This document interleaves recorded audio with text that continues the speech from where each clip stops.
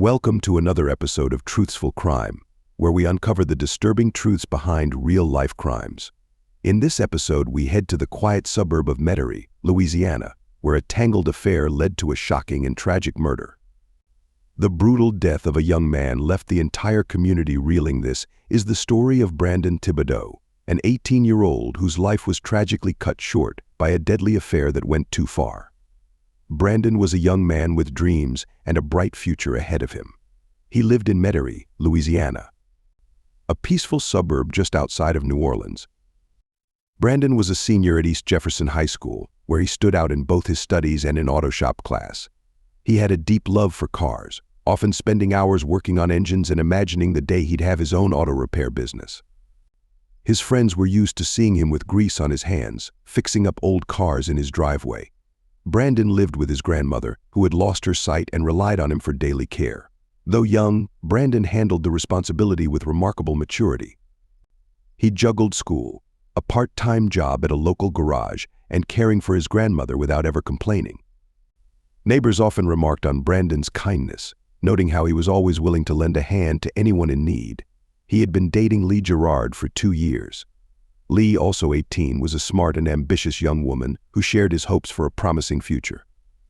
They often talked about getting married after graduation and starting a family.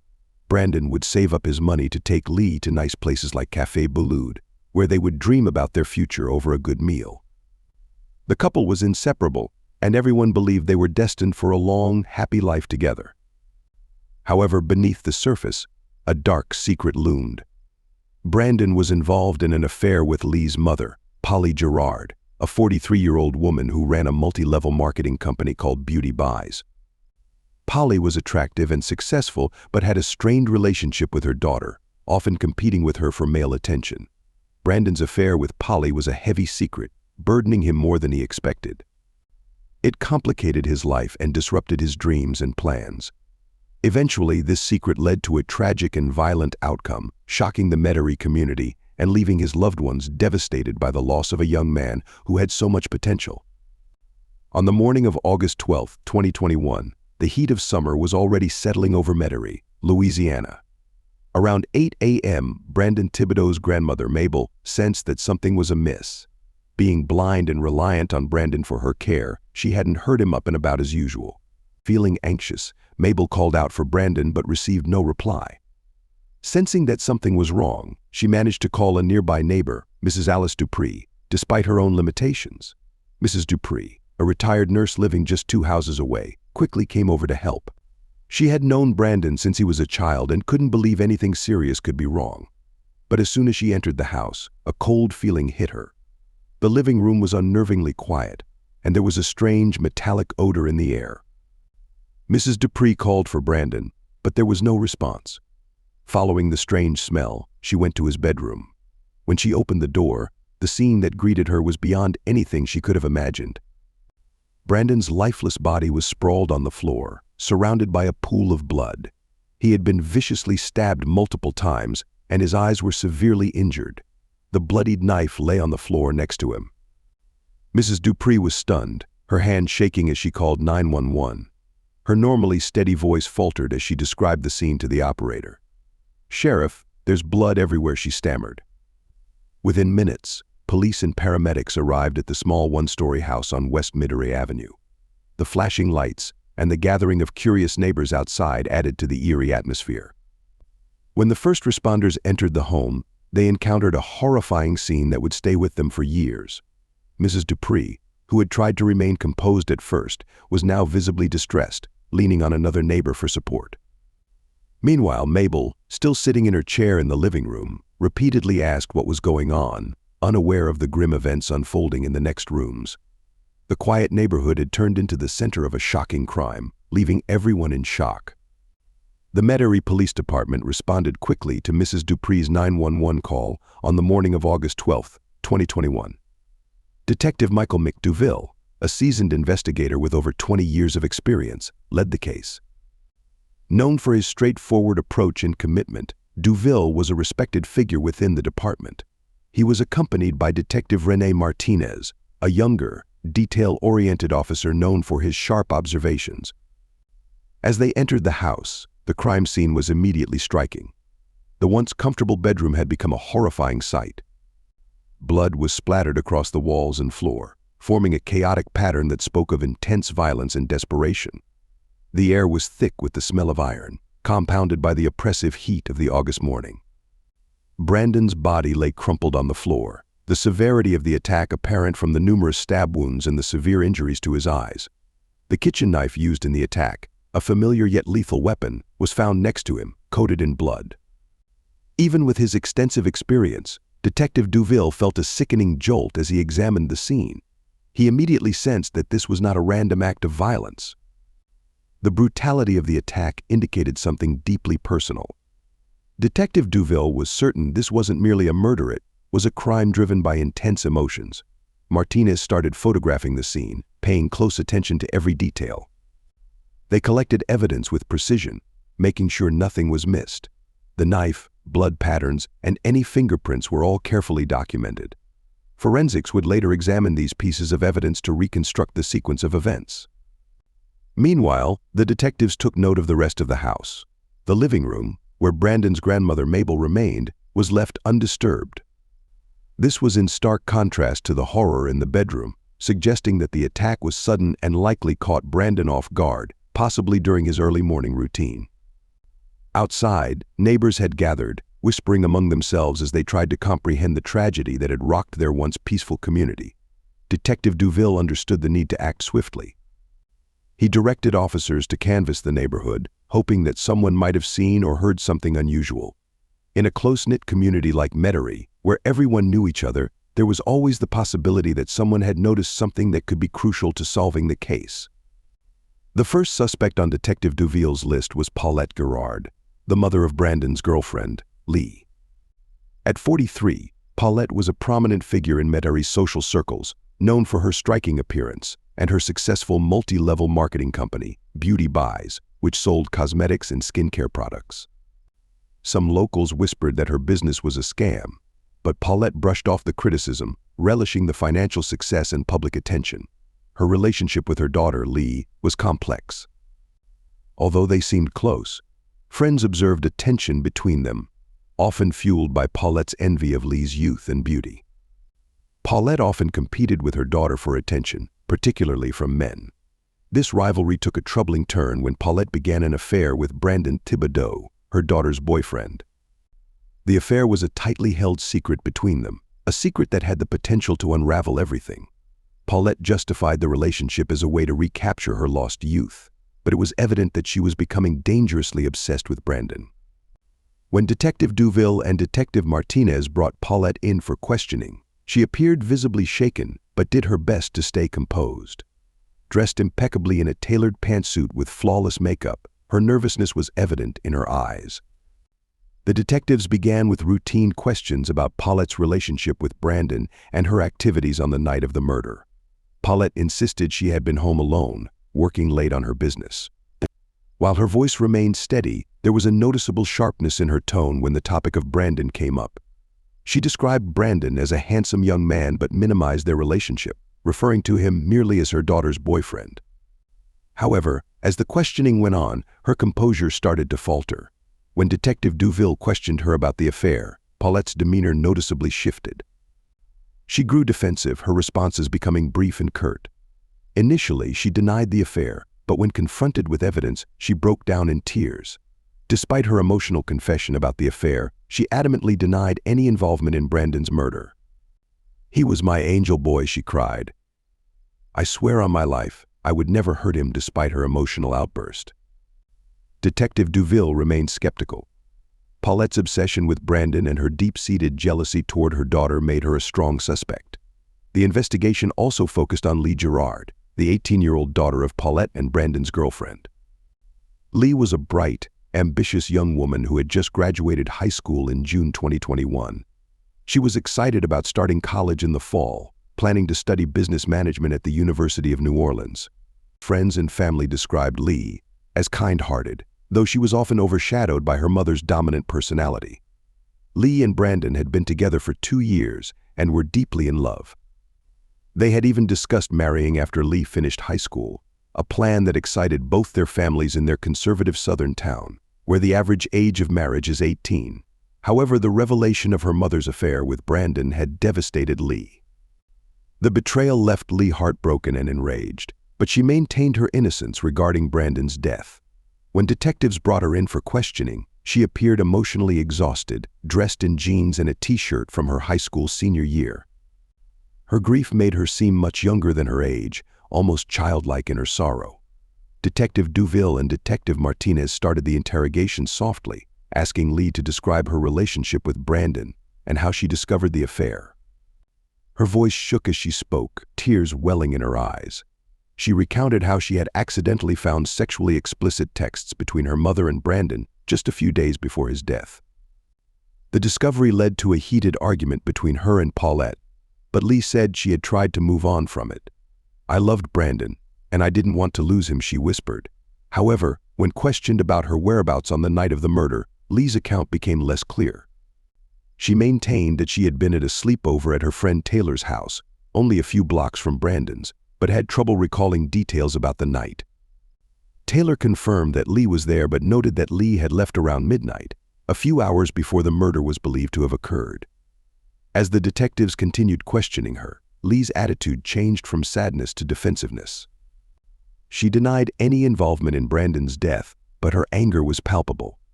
"I would never hurt him," she said repeatedly, though her hands shook as she spoke. When confronted with evidence of the affair, including explicit texts from Paulette to Brandon, Lee broke down, crying uncontrollably.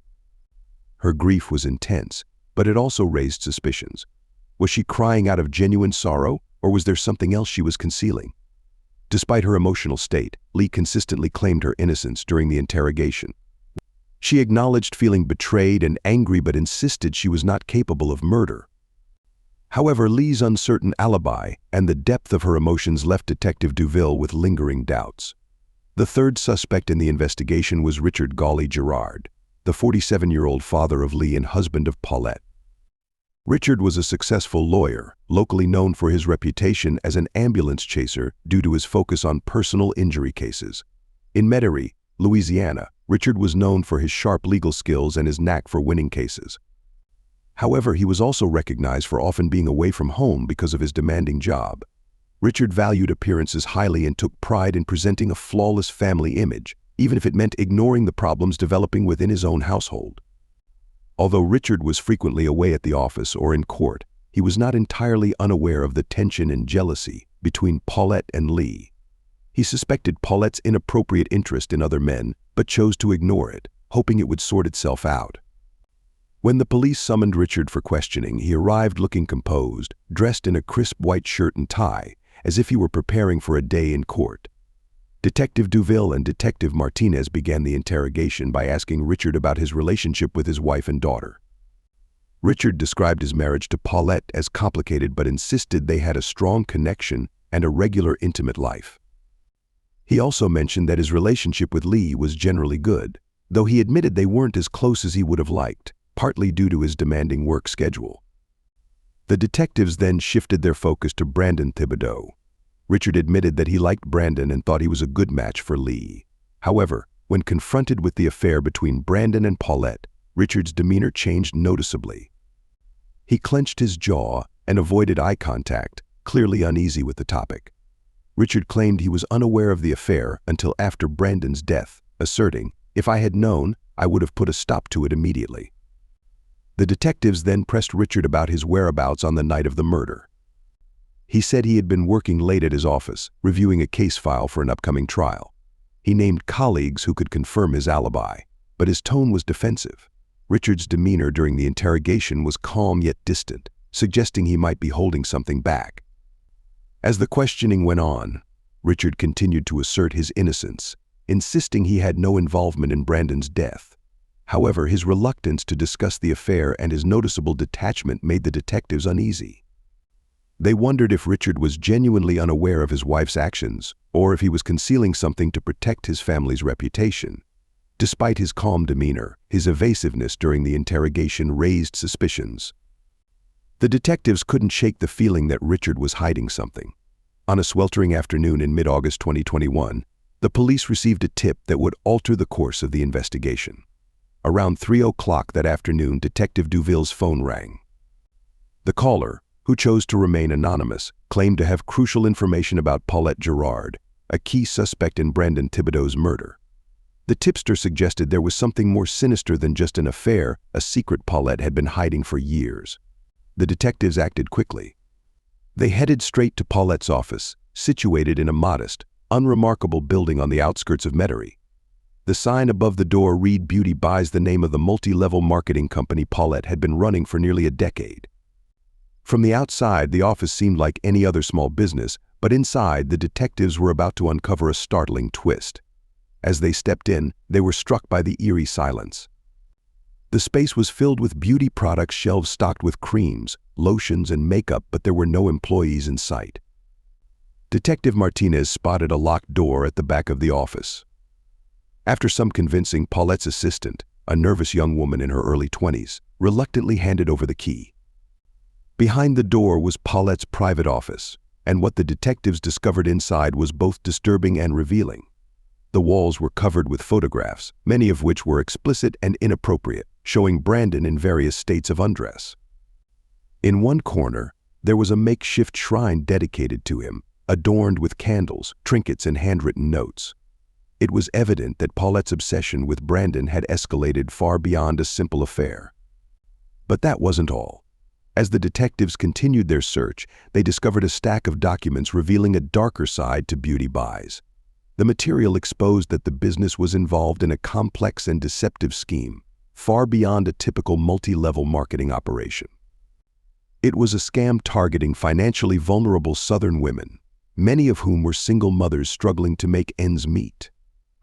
The documents revealed that Paulette had been exploiting these women, persuading them to invest thousands of dollars in unsellable beauty products while demanding up to 20-hour workdays to pay off their debts. The financial devastation had ruined hundreds of lives. The discovery of Paulette's fraudulent business practices added a new dimension to the motive behind the murder. Paulette's world was collapsing under the weight of the new revelations. The pressure to maintain her image, coupled with her obsessive love for Brandon, might have pushed her to commit murder. With this new evidence, the police had a clearer view of Paulette Gerrard as a woman willing to go to any lengths to protect her secrets, even if it meant killing. The detectives knew they were getting closer to solving the case, but they also understood that uncovering the full extent of Paulette's crimes would be a challenging and complex task. On August 21, 2021, the police in Metairie, Louisiana, were poised to act. After thoroughly examining the evidence, including the shocking discoveries at Paulette Gerrard's Beauty Buys office, they were certain about the perpetrator of Brandon Thibodaux' brutal murder. Paulette, 43, had developed an intense sexual obsession with her daughter's boyfriend, which drove her to commit the heinous crime. Paulette Gerrard was widely recognized as a charismatic and successful businesswoman, running a multi-level marketing company called Beauty Buys. However, beneath her polished exterior, she concealed troubling secrets. The investigation uncovered that Paulette had been involved in an affair with Brandon Thibodaux for several months. When Brandon attempted to end their affair to focus on his relationship with Lee, Paulette's obsession took a fatal turn. On the night of the murder, Paulette confronted Brandon in the kitchen of his grandmother's house, a location where they had been intimate before. Overwhelmed by jealousy and a fear of losing control, Paulette seized a kitchen knife and fatally stabbed Brandon multiple times. The attack was brutal, resulting in deep wounds and nearly gouged out eyes. After the murder, Paulette attempted to cover her tracks, but her intense obsession with Brandon and her fraudulent business practices ultimately exposed her. She was arrested in the early morning hours of August 21, 2021. The police arrived at Paulette's upscale home in a quiet suburban neighborhood just as the sun was rising. When she answered the door in her silk pajamas, clearly unprepared for the early visit, the detectives informed her calmly that she was under arrest for Brandon Thibodaux' murder. Paulette's reaction was a mix of shock and defiance. She struggled to maintain her composure, but the panic in her eyes was evident. As she was handcuffed and led to the police car, her neighbors watched in stunned silence. Many in the community had admired Paulette for her business success, unaware of the dark truth behind her glamorous facade. The news of her arrest spread rapidly, and the streets were abuzz with gossip by the time the police car pulled away. Back at the station, Paulette was booked and placed in a holding cell, where she awaited the next steps in the legal process. The detectives interviewed Paulette, but she steadfastly denied any involvement, maintaining her innocence despite the overwhelming evidence against her. Her arrest brought a measure of relief to Brandon's family, who had endured months of fear and uncertainty since his death.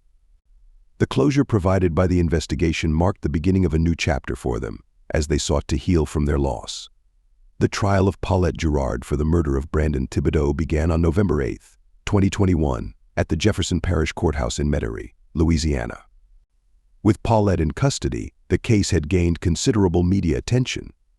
Local news outlets, including the Times-Picayune, provided extensive coverage, documenting each development in the high-profile trial.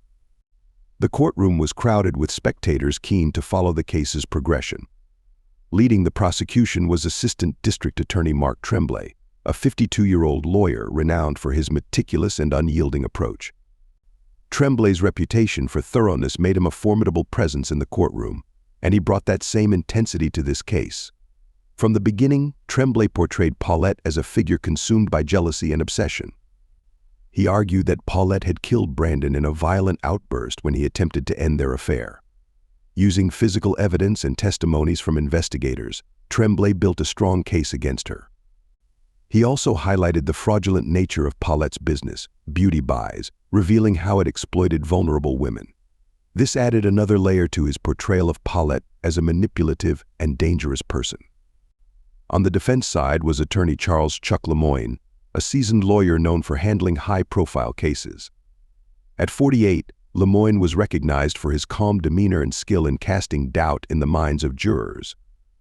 He argued that the evidence against Paulette was circumstantial and proposed that another individual, such as Lee Gerrard, could have been responsible for Brandon's murder. Lemoyne also aimed to humanize Paulette, presenting her as a devoted mother and successful businesswoman who was being unfairly targeted by the media and prosecution. As the trial continued, the emotional strain on Brandon's family was palpable. His grandmother, who had raised him, attended every session, holding a cherished photograph of Brandon as a symbol of her grief and loss. The jury's deliberation was swift, reflecting the gravity of the case. On November 22, 2021, after 2 weeks of testimony, they returned with their verdict. The courtroom was filled with a mix of anticipation and dread as the judge prepared to announce the decision. On December 1, 2021, Paulette Gerrard was sentenced to life in prison without the possibility of parole. The sentence marked the end of a harrowing chapter for Brandon's family, who found some measure of justice in the conviction. Paulette, now facing the consequences of her actions, was led away from the courtroom, her once confident demeanor replaced by a profound resignation. Paulette Gerrard's life sentence without the possibility of parole was a somber conclusion to a case that had deeply affected the community. For Brandon's family, the verdict offered a measure of justice, but the profound loss of Brandon left an enduring emotional scar that would never fully heal. The trial's conclusion and Paulette Gerrard's sentencing not only brought justice for Brandon Thibodaux, but also shone a light on the fraudulent practices of beauty buys. As investigations into the MLM scheme continued, the community of Metairie began to grapple with the full impact of the tragedy. While life gradually resumed its usual pace, the shadow of Brandon's murder and the revelations about Paulette's double life continued to affect the town's collective consciousness, leaving a lasting impression on everyone involved. The close-knit neighborhood, where everyone was familiar with each other's lives, felt the deep impact of the case. The bustling Gerrard household was now eerily quiet, reflecting the void left by Paulette's absence.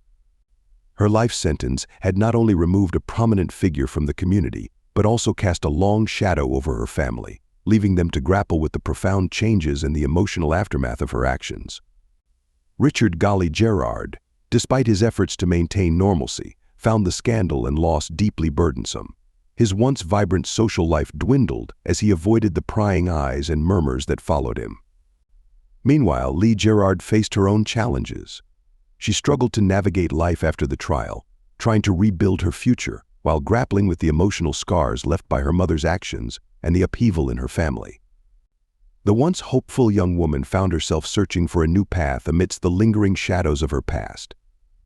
Lee Gerrard's departure from Metairie marked a desperate attempt to escape the painful memories of her mother's affair and the brutal murder. Enrolling in a college out of state, she aimed to start anew, immersing herself in her studies. Despite her efforts to move forward, the trauma from the trial and the violent loss of Brandon Thibodaux lingered in her thoughts, making it difficult for her to fully escape the shadow of her past. The scandal surrounding beauty buys intensified as investigators uncovered the extent of Paulette's fraudulent activities. The company faced severe backlash, with many of its former recruits coming forward to share their experiences. The fallout led to legal actions and financial difficulties for beauty buys, causing it to dissolve. The community grappled with the aftermath, reflecting on the impact of the case and the ways it had altered their lives. The collapse of beauty buys highlighted the devastating consequences of Paulette Gerrard's actions. The financial strain on those duped by the scheme was significant, with many struggling to recover from the losses. Local news coverage by WWWL-TV and others kept the community informed about the ongoing efforts to provide support and restitution for the victims. The scandal served as a stark reminder of the risks associated with predatory business practices, prompting calls for stricter regulations and increased awareness to protect vulnerable individuals from similar exploitation. Indeed, the trial and its fallout served as a sobering reminder of the profound impact that personal actions and hidden truths can have on individuals and their communities. The tragedy of Brandon Thibodaux's death, combined with the exposure of Paulette Gerrard's fraudulent business practices, underscored how deeply interconnected people's lives can be. The case left scars on those directly involved and reshaped the community's view of trust, integrity, and the vulnerabilities that can lurk beneath the surface of seemingly ordinary lives. A Truthsful Crime Case solvers. Interested in more real-life murder mysteries? Be sure to like and subscribe to our channel. Do you have any thoughts about this case or have a case of your own you'd like us to investigate? Leave us a comment. Until then, stay safe.